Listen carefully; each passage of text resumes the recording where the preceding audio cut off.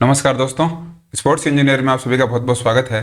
मेरा नाम है दीपक भालोठिया और आज इस वीडियो में हम मई महीने के स्पोर्ट्स करंट अफेयर्स को डिस्कस करेंगे। जैसा कि आपको पता है, हम हर महीने के स्पोर्ट्स करंट अफेयर्स को क्वेश्चन आंसर्स के माध्यम से डिस्कस कर लेते हैं।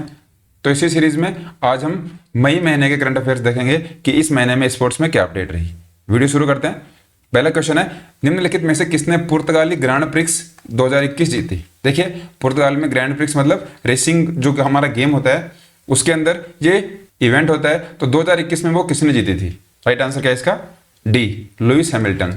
डी हमारा करेक्ट आंसर हो जाएगा। लुइस हैमिल्टन ने वो जीती थी। और किसको हराया था? मैक्स वेस्टार्पन और मर्सिडीज बेंज के साथी वाल्टेरी बोटास को। इन दोनों को हराकर पुर्तगाली ग्रैंड प्रिक्स का खिताब जीता था लुइस हैमिल्टन ने। नेक्स्ट है, चंद्रो तोमर का हाल ही में निधन हो गया, वह किस खेल से जुड़ी थी? अगर आप स्पोर्ट्स न्यूज से जुड़े हुए रहते हो तो चंद्रो तोमर के बारे में आप जानते होंगे। ये कौन से गेम से संबंधित थी? शूटिंग से। ये हमारा करेक्ट आंसर हो जाएगा। शूटिंग गेम था चंद्रो तोमर का। ये देखिए, ये हैं Chandro Tomar.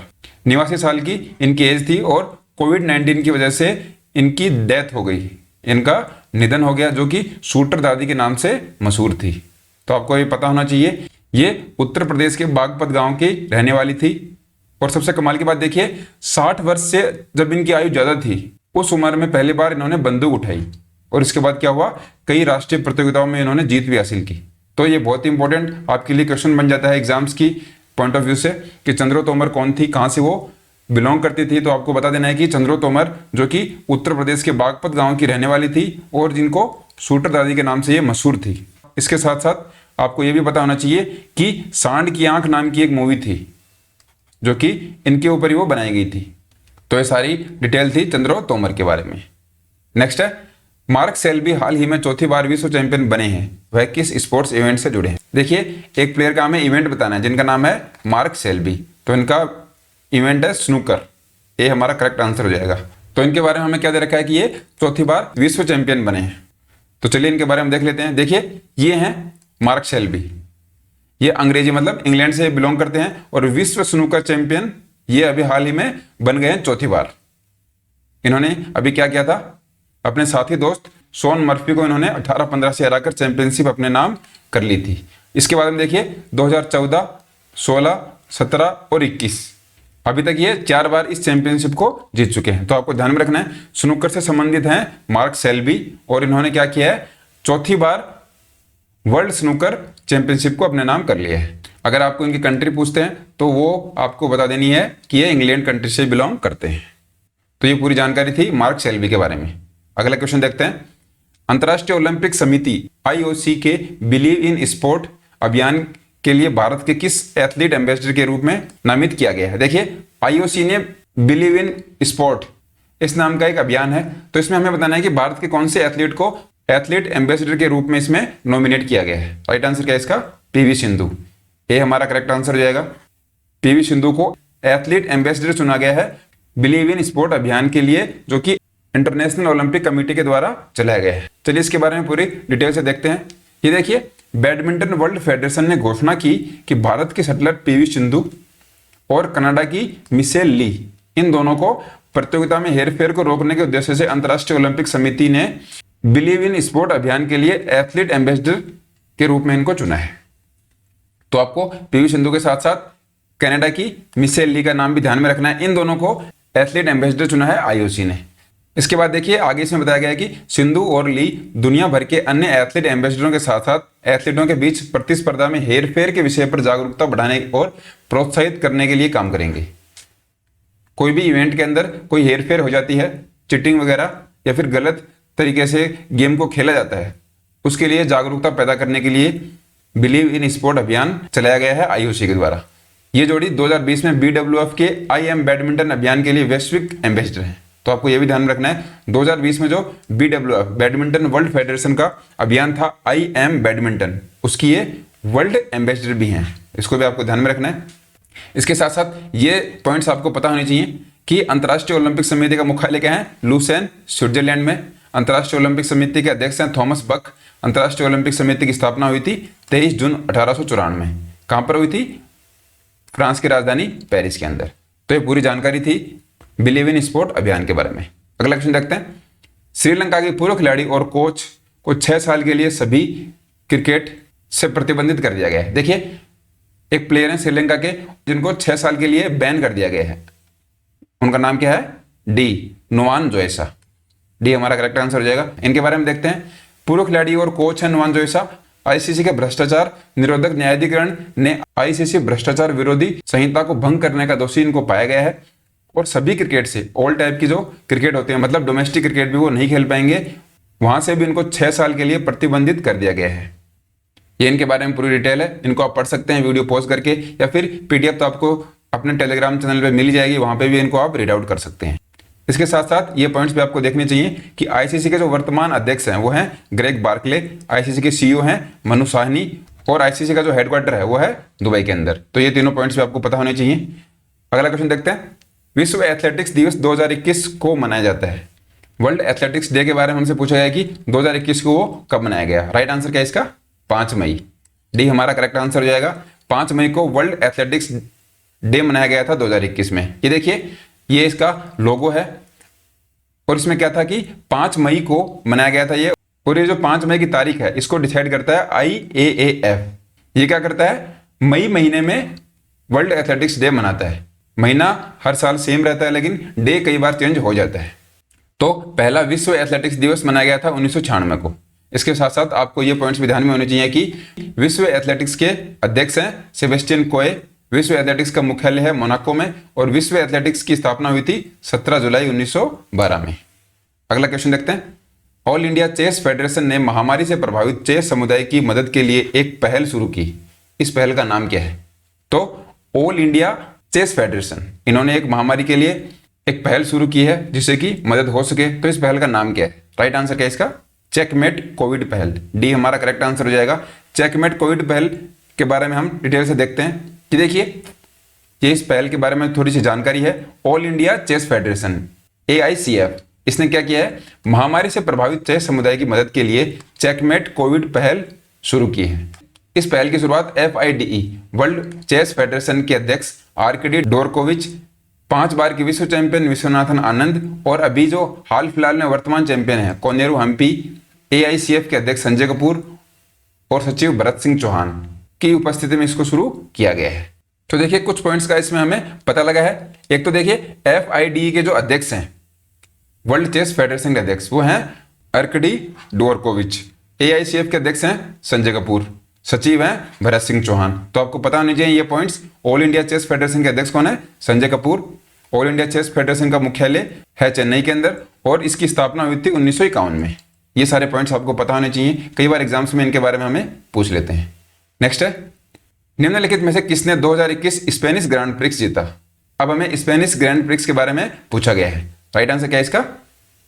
B Lewis Hamilton. ये भी लुइस हैमिल्टन ने ही जीता है। ये देखिए ऐसा दिखते हैं लुइस हैमिल्टन और इंग्लैंड से बिलोंग करते हैं, मर्सिडीज की है, गाड़ी चलाते हैं। 9 मई 2021 को आयोजित 2021 स्पेनिश ग्रैंड प्रिक्स इन्होंने जीत लिया है।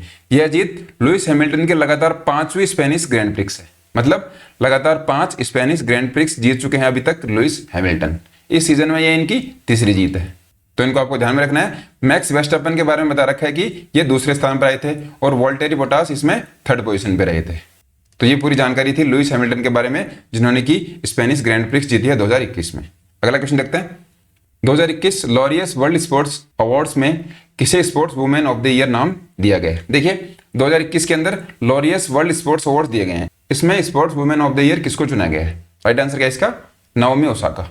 डी हमारा करेक्ट आंसर हो जाएगा। चलिए ये लॉरियस वर्ल्ड स्पोर्ट्स के जो अवार्ड है इनके बारे में पूरी डिटेल से देखते हैं। कि देखिए नाओमी ओसाका को sports women of the year और राफेल नडाल को L'Oréal sports man of the year खिताब दिया गया है। तो इन दोनों नाम को आपको ध्यान में रखना है। मेल कैटेगरी में नाओमी ओसाका, फीमेल कैटेगरी में राफेल नडाल। आपको इनकी कंट्री भी पता होनी चाहिए। नाओमी ओसाका जापान से बिलोंग करती हैं, जापान इनकी कंट्री है।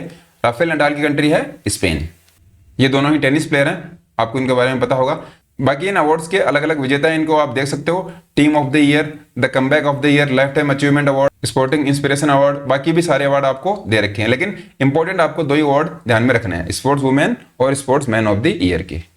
नेक्स्ट है, टेनिस में बेलारूस के खालिस्तान ने 2021 मैड्रिड ओपन महिला एकल का खिताब जीता है। बेलारूस के एक प्लेयर हैं इन्होंने की 2021 मैड्रिड ओपन हुआ था, उसमें महिला ओपन का खिताब किसने जीता है? राइट आंसर क्या है इसका? सी, एरिना सबलेंका। एरिना सबलेंका ने मैड्रिड ओपन जो हुआ था 2021 में उसका सिंगल टाइटल अपने नाम किया है। ये देखिए, ये है एरिना सबलेंका। टेनिस में इनकी रैंकिंग है वर्ल्ड में 7वें नंबर पर, और इन्होंने क्या किया है, विश्व के नंबर 1 प्लेयर हैं एस्ले बार्टी, जो कि ऑस्ट्रेलिया कंट्री से हैं। इनको हराकर 2021 का मैड्रिड ओपन का महिला एकल का खिताब जीता है। तो इसको आपको ध्यान में रखना है कि एरिना सबलेंका, जिनकी कंट्री है बेलारूस, इन्होंने ऑस्ट्रेलिया के प्लेयर हैं एस्ले बार्टी, इनको हराकर 2021 का मैड्रिड ओपन का महिला एकल का खिताब अपने नाम कर लिया है। सबलेंका का ये 10वां करियर WTA एकल खिताब है। और भी सारी डिटेल आपको मिल जाएंगी, इनको आप वीडियो पॉज करके आसानी से देख सकते हो। अगला क्वेश्चन देखते हैं। 1975 से विश्व टेस्ट चैंपियनशिप फाइनल के लिए भारतीय टेस्ट टीम में शामिल पहले पारसी खिलाड़ी का नाम बताइए। देखिए, इसमें हमसे पूछा गया है कि 1975 से वहां से लेकर अब तक जो वर्ल्ड टेस्ट चैंपियनशिप का फाइनल होने वाला है इंग्लैंड में, इसमें हम न्यूजीलैंड के खिलाफ खेलेंगे।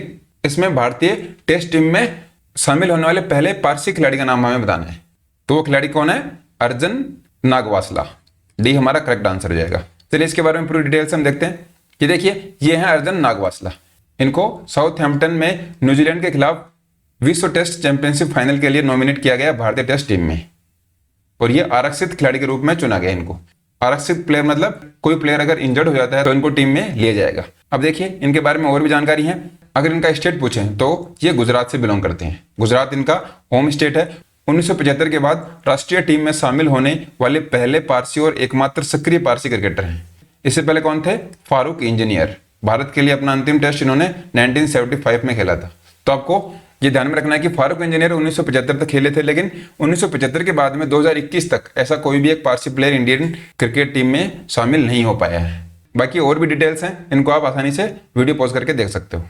नेक्स्ट है, अप्रैल 2021 के लिए ICC men's player of the month किसे नॉमिनेट किया गया है? देखिए, लास्ट के जो करंट अफेयर्स के वीडियोस थे उनमें हमने जनवरी, फरवरी और मार्च, इन तीनों महीनों में जो भी ICC men's player of the month के अवार्ड दिए थे इनके बारे में डिस्कस कर लिया था।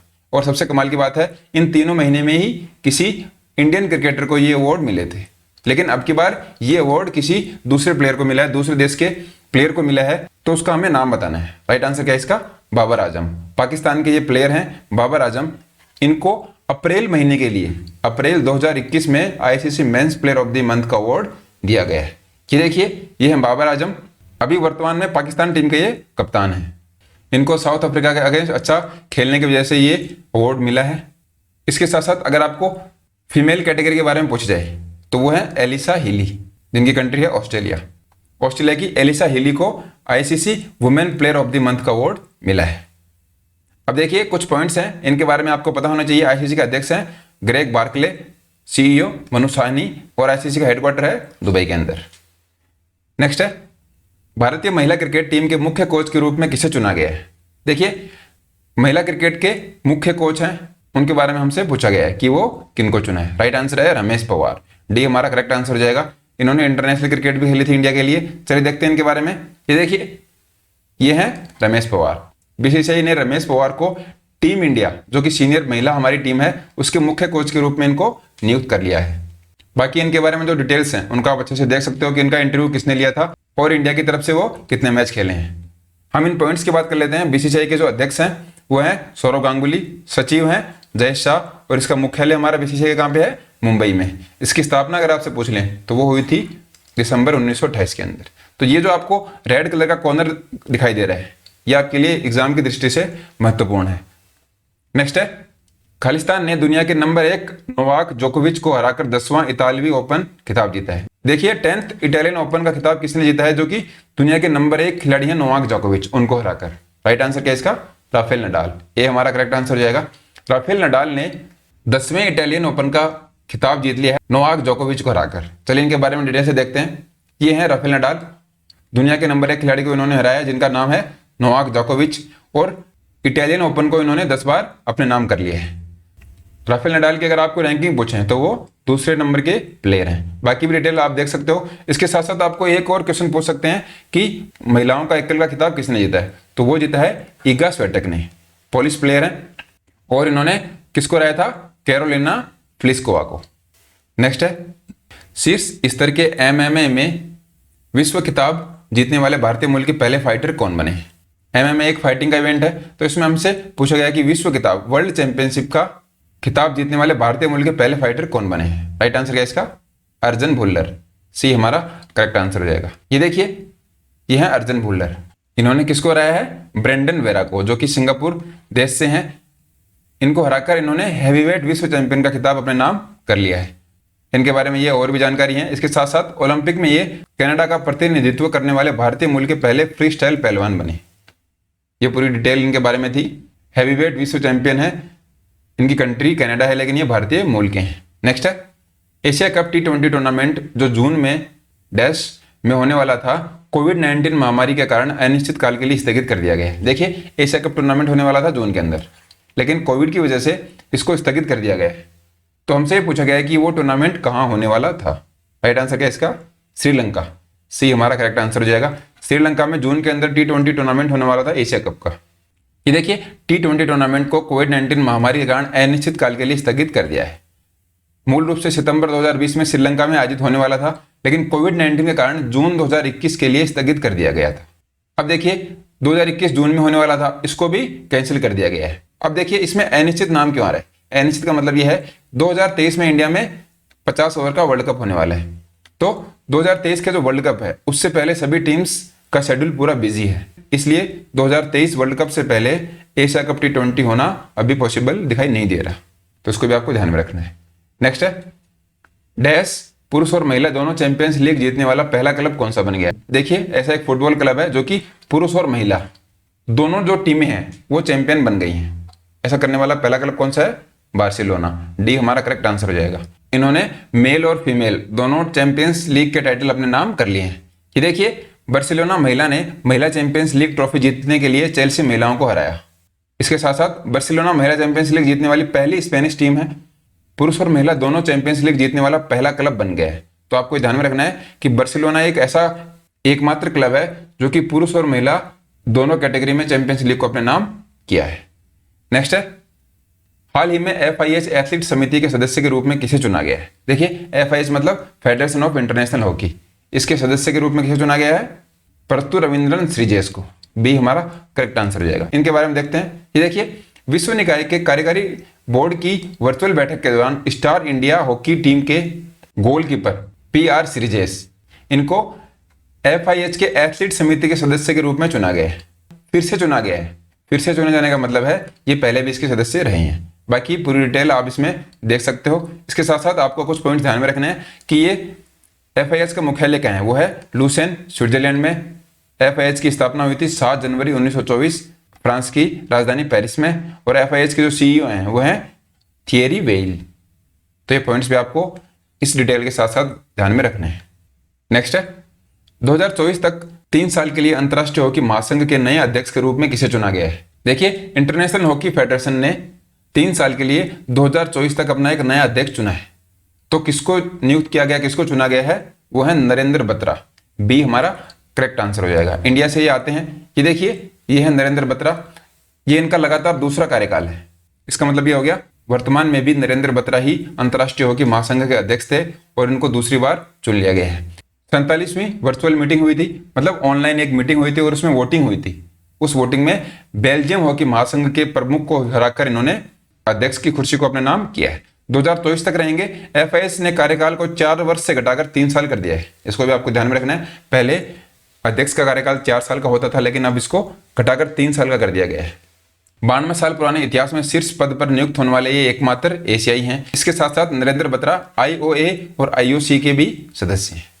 नेक्स्ट है भारत में अंडर 17 महिला विश्व कप कब आयोजित होगा? अंडर 17 महिला विश्व कप के बारे में पूछा गया है कि वो कब होने वाला है। राइट आंसर है अक्टूबर 2022। और ये जो महिला विश्व कप है ये कौन सा है?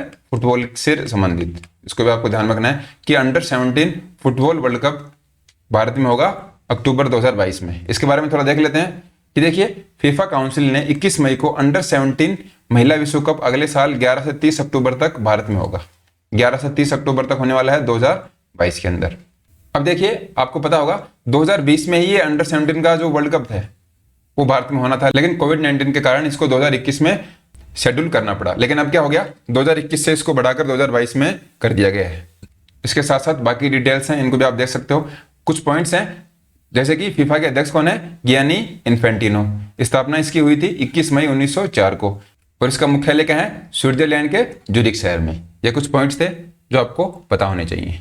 नेक्स्ट है एटिने ग्लिचिच पुरस्कार किस खेल से संबंधित है। देखिए एटिने ग्लिचिच पुरस्कार है, उसका हमें खेल पूछा गया है कि वो कौन से गेम से संबंधित है। राइट आंसर है इसका हॉकी। डी हमारा सही उत्तर है, हॉकी गेम से संबंधित है एटिने ग्लिचिच पुरस्कार। ये देखिए हॉकी इंडिया ने देश में खेल में वृद्धि और विकास में योगदान के लिए प्रतिष्ठित एटिन ग्लिचिच पुरस्कार अपने नाम किया है। तो देखिए बहुत ही प्रतिष्ठित पुरस्कार है जो कि हॉकी इंडिया को मिला है, और वो किस लिए मिला है, हॉकी के अंदर वृद्धि और विकास के लिए। इसको आपको ध्यान में रखना है। नेक्स्ट है फोर्ब्स द्वारा सबसे अधिक भुगतान पाने वाले एथलीटों की सूची 2021 में किसने शीर्ष स्थान प्राप्त किया है। देखिए फोर्ब्स हर साल सबसे ज्यादा पैसे कमाने वाले एथलीट्स की सूची जारी करता है। तो 2021 में जो इन्होंने लिस्ट जारी की है उसमें 1 नंबर पे कौन से प्लेयर रहे हैं। राइट आंसर इसका है कॉनर मैकग्रेगोर। डी हमारा करेक्ट आंसर हो जाएगा। पूरी लिस्ट देखते हैं। ये देखिए यह है कॉनर मैकग्रेगर, आयरलैंड इनकी कंट्री है, MMA इनका गेम है, इनकी आय है 180 मिलियन। तो 2021 में अगर ये रिपोर्ट आई है इसका मतलब ये हो गया 2020 में जो इनकी टोटल कमाई हुई है इन प्लेयर्स की, इसके बारे में ये पूरा विवरण दिया गया है। दूसरे नंबर पर मेसी हैं, तीसरे पर रोनाल्डो हैं। तो आप पूरा देख सकते हो। इसमें सबसे ज्यादा प्लेयर मिलेंगे आपको फुटबॉल के। फुटबॉल को सॉकर और फुटबॉल दोनों बोला जाता है, तो सबसे ज्यादा प्लेयर आपको फुटबॉल के मिलेंगे। इसके बाद में है बास्केटबॉल, फॉर्मूला 1, टेनिस और MMA। तो मेन आपको 1 नंबर पे कौन रहा और 2 और 3 नंबर पे कौन रहे हैं, इसका आपको ध्यान में रखना है। नेक्स्ट है निम्नलिखित में से किसने जिनेवा ओपन 2021 जीता है। जिनेवा ओपन 2021 की बात हो रही है कि ये किसने जीता है। राइट आंसर है कैस्पर रूड ने। ये हमारा करेक्ट आंसर हो जाएगा। ये देखिए नॉर्वे के हैं ये कैस्पर रूड। इन्होंने डेनिस शापोवालोव को हराकर ATP जिनेवा ओपन का फाइनल अपने नाम कर लिया है। तो इसको आपको ध्यान में रखना है। जिनेवा ओपन 2021 का टाइटल जीतने वाले कैस्पर रूड हैं, इनकी कंट्री है नॉर्वे, और इन्होंने किनको हराया था, डेनिस को फाइनल में हराया था। नेक्स्ट है मोहाली अंतरराष्ट्रीय हॉकी स्टेडियम का नया नाम क्या है। मोहाली में जो इंटरनेशनल हॉकी का स्टेडियम है उसको एक नया नाम दिया गया है। 4 ऑप्शंस आपके सामने हैं। इसका नया नाम क्या है, ओलंपियन बलबीर सिंह सीनियर अंतरराष्ट्रीय hockey stadium. Balbir Singh senior का हाल ही में कुछ दिनों पहले निधन हो गया था, तो इनको ट्रिब्यूट देने के लिए मोहाली अंतरराष्ट्रीय हॉकी स्टेडियम का नाम बदलकर ओलंपियन बलबीर सिंह सीनियर अंतरराष्ट्रीय हॉकी स्टेडियम नाम रख दिया गया है। अच्छी बात है, प्लेयर्स के नाम पर अगर स्टेडियम्स के नाम रखे जाएंगे तो ये बहुत अच्छी बात है, लेकिन कुछ जगहों पर हमें ये देखने को नहीं मिल रहा है जो कि गलत है। ये देखिए कुछ जानकारी इनके बारे में। पंजाब सरकार ने ये काम किया है क्योंकि मोहाली पंजाब के अंदर आता है। ट्रिपल ओलंपियन और पद्मश्री बलबीर सिंह सीनियर के नाम पर मोहाली इंटरनेशनल हॉकी स्टेडियम का नाम बदलने की घोषणा की है। स्टेडियम को अब Olympian Balbir Singh senior international hockey stadium के नाम से जाना जाएगा। अच्छी बात है। इसके बाद में सरकार ने क्या किया है, राज्य के मेधावी हॉकी खिलाड़ियों के लिए लीजेंड के नाम पर एक छात्रवृत्ति योजना शुरू करने की भी घोषणा की है। मतलब बलबीर सिंह सीनियर के नाम से एक स्कॉलरशिप भी वहां पर दी जाएगी। पंजाब की कुछ इंपॉर्टेंट बातें हैं। पंजाब के CM है कैप्टन अमरिंदर सिंह और वहां के राज्यपाल है VP सिंह बदनौर। तो ये पूरी जानकारी थी। अच्छा इनिशिएटिव है पंजाब गवर्नमेंट का, इसके बारे में उनकी तारीफ होनी चाहिए। नेक्स्ट है फिल मिकेल्सन ने हाल ही में प्रमुख खिताब हासिल करने वाले सबसे उम्रदराज खिलाड़ी बनकर इतिहास रच दिया है। वह किस खेल आयोजन से जुड़े हैं। देखिए फिल मिकेल्सन इस नाम के एक प्लेयर हैं। इन्होंने एक बहुत ही प्रमुख खिताब अपने नाम किया है, लेकिन बड़ी बात ये नहीं है। सबसे बड़ी बात ये है कि ये सबसे उम्रदराज प्लेयर हैं। तो इनका हमें गेम पूछा गया कि इनका गेम कौन सा है। गोल्फ इनका गेम है। सी हमारा करेक्ट आंसर हो जाएगा। गोल्फ में इन्होंने प्रमुख खिताब अपने नाम किए। देखते हैं इनके बारे में। ये देखिए ये हैं फिल मिकेल्सन। ये अमेरिका से बिलोंग करते हैं। 50 साल इनकी उम्र है और इन्होंने 2021 में PGA चैंपियनशिप को जीतकर इतिहास रच दिया है। यह उनका छठा बड़ा खिताब है। 50 साल 11 महीने और 7 दिन की उम्र में इतिहास में प्रमुख चैंपियनशिप के सबसे उम्रदराज विजेता का रिकॉर्ड इन्होंने तोड़ दिया है। पहले जो रिकॉर्ड था वो था 48 साल 4 महीने और 18 दिन। तो इन सभी बातों को आपको ध्यान में रखना है। तो दोस्तों आज की वीडियो में इतना ही। आपको वीडियो कैसा लगा कमेंट्स में जरूर बताएं। आई होप आपको वीडियो अच्छा लगा होगा, तो लाइक करके आप बता सकते हैं। इसके साथ साथ वीडियो की PDF आपको मिल जाएगी जो कि हमारे टेलीग्राम चैनल पर मिलेगी। स्पोर्ट्स इंजीनियर नाम से है। अगर आपने अभी तक उसको ज्वाइन नहीं किया है तो ज्वाइन कर लीजिए। नेक्स्ट वीडियो में फिर मिलेंगे। धन्यवाद।